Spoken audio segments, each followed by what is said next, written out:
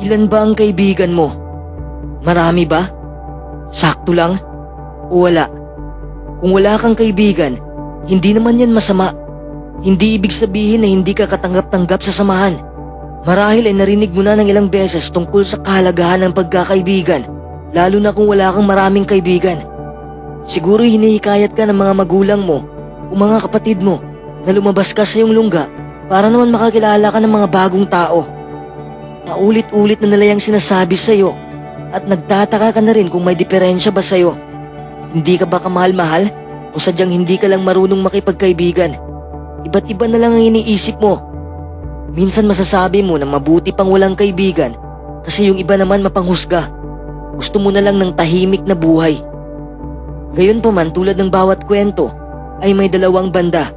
Ibig sabihin, kung wala kang kaibigan, wala kang malalapitan, wala kang masasandalan, pero hindi ibig sabihin na malungkot ka na niyan. Sa kabilang banda, nakadepende pa rin ito sa gusto mo. Siyempre, ang mabuting pagkakaibigan ay nagdudulot ng kabutihan sa iyong pisikal at mental na kalusugan. Nangangailangan din naman tayo ng karamay sa buhay. At ang pag-iisa, lalo na kung hindi ka sanay, ay mas lalong magpapalungkot sa buhay mo. Pero kung sanay ka naman na maglakbay mag-isa, wala na tayong problema dun. Ibig sabihin na masaya ka na sa sarili mong mundo. Hindi naman porket walang kaibigan ay malungkot na kaagad. At lalong-lalo na hindi ito problema na dapat ayusin. Kasi sabi ko nga kanina, nakadepende ito sa kagustuhan mo. Kung gusto mong mapag-isa, kung pinili mong mapag-isa, ibig sabihin na kaya mo at satisfied ka na nakasama lang ang iyong sarili. Hindi ka tatabla ng kalungkutan kung mag-isa ka lang. Pero kung hindi mo naman kaya na walang kaibigan, diyan ka magkakaproblema. Kaya kung ikaw yung tao na walang kaibigan o hindi mahilig makipagkaibigan, huwag kang mag-isip ng negatibo tungkol sa pagkatao mo. Walang problema sa'yo. Wala kang social anxiety disorder o social phobia. Malalaman natin kung meron kang SOD kung nakaramdam ka ng matinding takot kung tinitingnan ka ng mga tao o takot kang husgahan ka nila. Ibig sabihin na may SOD ka. Pero kung wala naman, walang problema dun. Tingnan natin ang positibong banda na mag-isa lang tayo sa buhay. Ang pamumuhay na walang kasama ay mas nagpapalabas ng ating pagkamalikhain. Ayon sa pananaliksik, ang mga taong gumugol ng oras ng mag-isa, base sa report, sila yung mas may mataas na antas ng pagkamalikhain. Aminin na natin, yung mga taong tinatawag na nerd, sila pa yung matalino. Ang pag-iisa ay hindi isang negatibong bagay. Nangangahulugan lamang ito na wala kang pakialam kung makikipagkaibigan ka o hindi dahil sapat na sa iyo ang iyong sarili. Nasubukan mo naman siguro na tuwing nag-iisa ka, mas lumalakas ang iyong imahinasyon at mas marami kang magagawang bagay at mas makaramdam ka ng katahimikan sa buhay. Hindi naman ibig sabihin na masungit ka na. Talagang gusto mo lang na hindi makipag-ugnayan sa iba dahil may marami ka pang gustong tapusin at ayaw mong magambala ka. Hindi ko sinasabi na walang halaga ang pakikipagkaibigan. Mas kasiya-siya pa nga. Gusto mo mang makipagkaibigan o gusto mo mang mapag-isa, walang masama doon. As long as hindi ka mananakit ng tao. Walang mali kung in love ka sa sarili mo. Lalong-lalo na sa taong katulad ko na mahilig magsulat. Mahilig din akong mag-drawing. Maiba din mga composers, mga athletes. Kahit nga naglilinis ka lang sa bahay, malamang na kailangan mo ng maraming oras upang maorganisa ang mga bagay-bagay at makakapag-isip ng maayos at mas madali nating malaman ang ating mga pinaghuhugutan. Teka lang, mabuti pang walang kaibigan kaysa sa meron naman puro plastic naman, di ba? Ang mas maganda pa sa pag-iisa, mas madali mong maproseso ang mga negatibong ingay sa loob ng ulo mo. Mas madali mong mapakalma ang sarili mo. Mas madali mo ring pataasin ang antas ng iyong kamalayan. Sobrang makakatulong ang pag-iisa sa ating buhay dahil mas makikita natin ng malinaw ang mga bagay sa ibang anggulo. Mapapansin rin natin na kapag marami tayong kaibigan, makaka-adapt tayo ng iba't ibang ugali mula sa kanila.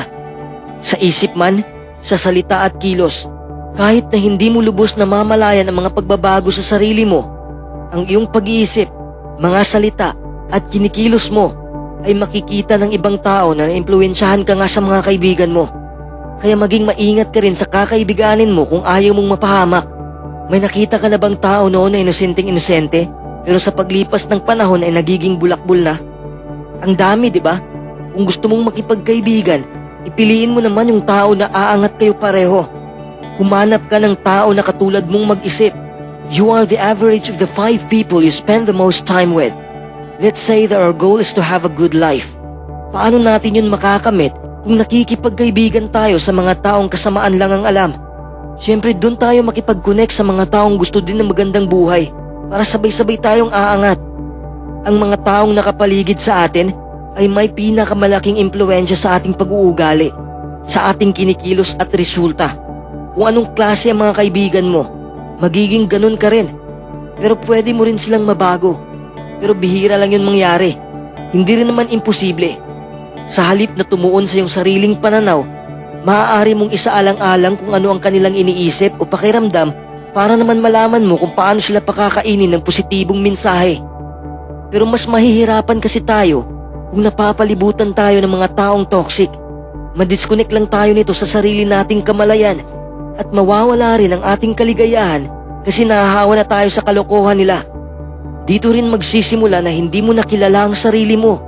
Hindi mo na makontrol ang iyong isipan at ang iyong nararamdaman, making it harder for you to stay fully present in a given moment. Kaya huwag kang matakot, huwag kang malungkot, huwag kang mahiya na wala kang kaibigan kasi ito ang daan upang mabigyan ka ng kalayaan. Kalayaan na mamuhay ng walang inaasahan, ng walang diskriminasyon, ng walang panghuhusga. Mas makikilala mo ng husto ang iyong tunay na pagkatao at malalaman mo kung paano mo tinatrato ang buo mong pagkatao. Sabi ko nga kanina, kung may kaibigan ka na katulad mong mag-isip, na pareho mo ng goal sa buhay, makakatulong rin sila sa iyo na makilala mo ng husto ang iyong sarili at mabuksan ang iyong kaisipan.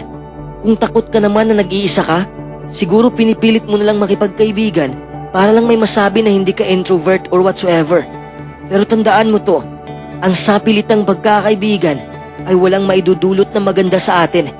Ang pamimilit na makipagkaibigan sa mga taong walang gaanong interes sa iyong mga pangangailangan ay hindi makakabuti sa iyo. Dapat wais tayong makipagkaibigan. Hindi dahil lagi kayong sabay kumain kapag tanghalian ay kaibigan mo na yon. Pwede rin dyan magsisimula ang lahat ng pagkakaibigan ninyo. Pero ang tunay na kaibigan ay tumutulong sa iyo kung paano tanggapin ang tunay mong pagkatao. Hindi yung tutulungan kang magtago sa likod ng iyong maskara dahil ikinakahiya ka niya. Ang tunay na kaibigan ay marunong magtuwid ng iyong mga pagkakamali, hindi yung kinukonsinti ka pa. Ang tunay na kaibigan ay hindi lang basta present, dapat totoong nakikinig sa mga hinanakit mo. Ang tunay na kaibigan ay hindi nang iiwan sa kalagitnaan ng kahirapan. Ang tunay na kaibigan ay palaging ipapaalala sa atin na palaging mapagkumbaba at palaging nakasuporta sa atin na walang halong inggit sa katawan. Pero una, dapat alamin mo rin kung ganyan ba ang ugali mo. Hindi pwedeng naghanap ka ng matinong kaibigan pero hindi ka rin naman matino. Palagi ko ngang sinasabi, kung ano ka, yan din ang maa-attract mo. Kung gusto mo nang mapagmahal at tunay na kaibigan, maging mapagmahal ka muna at tunay sa sarili mo at sa ibang tao. Naintindihan mo naman siguro ang punto ko, di ba? Mahirap makipagkaibigan kapag puwersahan.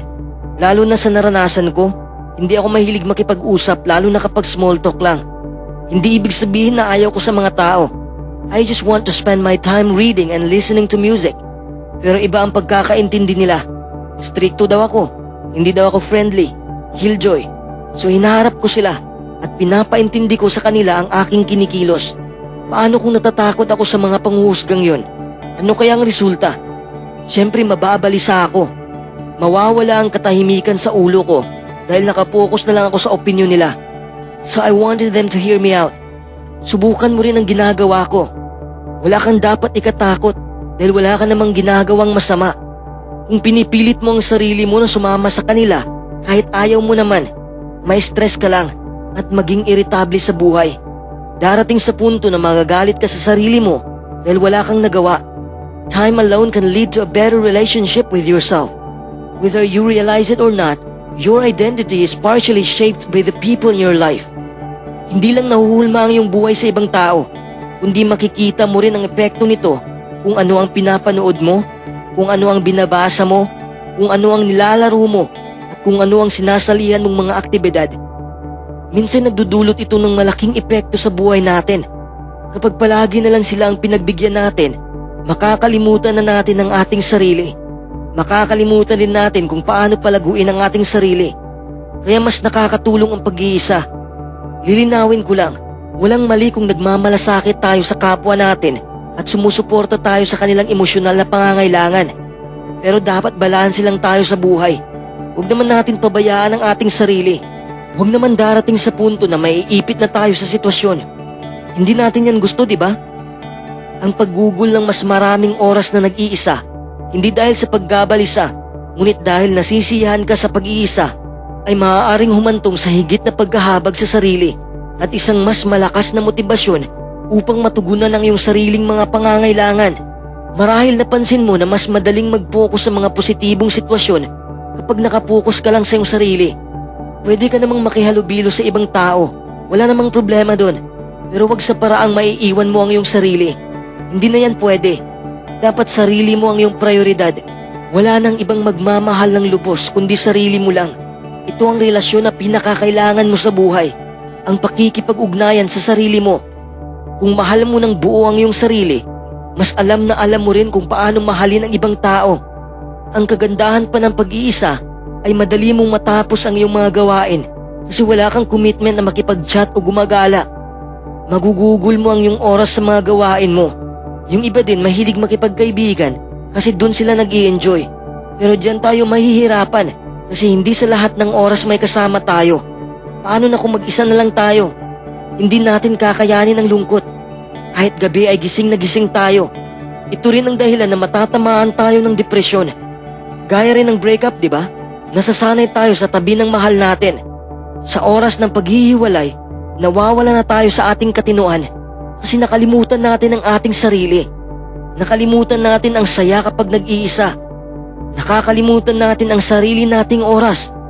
Ang dami nating nakakalimutan. Lahat ng atensyon natin ay nasa ibang tao. Ano ang nangyari? Iiyak tayo. Malulungkot tayo.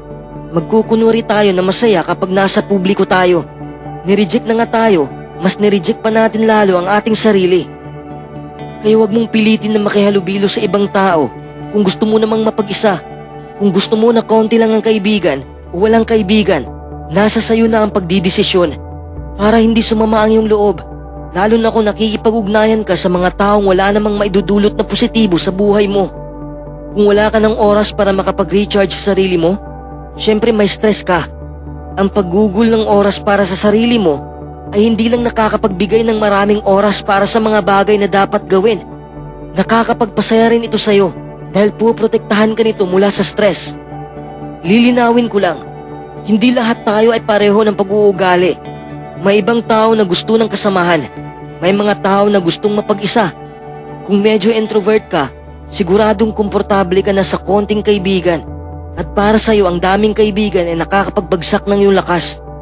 Ang pagiging introvert ay bahagi ito ng ating personalidad. Hindi ito sakit na kailangang ayusin.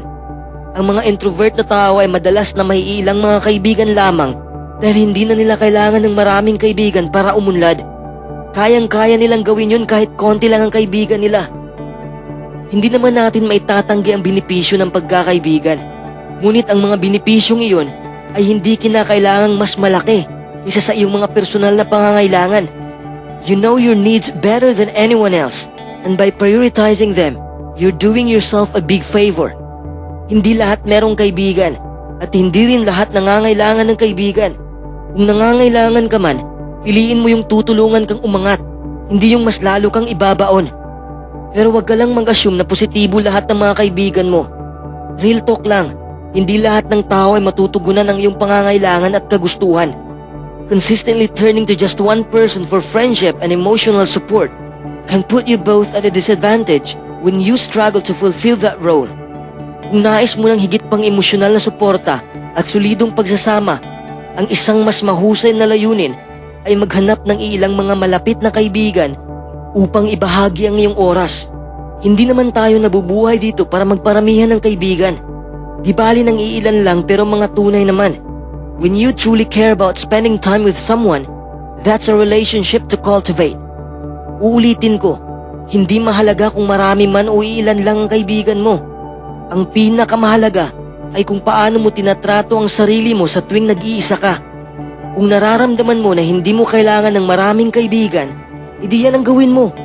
Huwag kang magpapaapekto sa opinyon ng ibang tao because at the end of the day, ikaw lang din naman ang magbubuhat sa sarili mo. Kung magpapaapekto ka sa opinyon nila, mababalisa ka at malulumbay. Hindi madaling makipagkaibigan, lalo na sa mga taong tunay. Mahirap na silang hanapin. Kapag pilit mo silang hanapin, mawawala ang kabuluhan ng iyong buhay. Tandaan mo lang palagi na kung iilan lang ang kaibigan mo o kahit wala kang kaibigan, kasi yan ang gusto mo, walang masama dun. As long as you're happy being alone, then that's a great thing.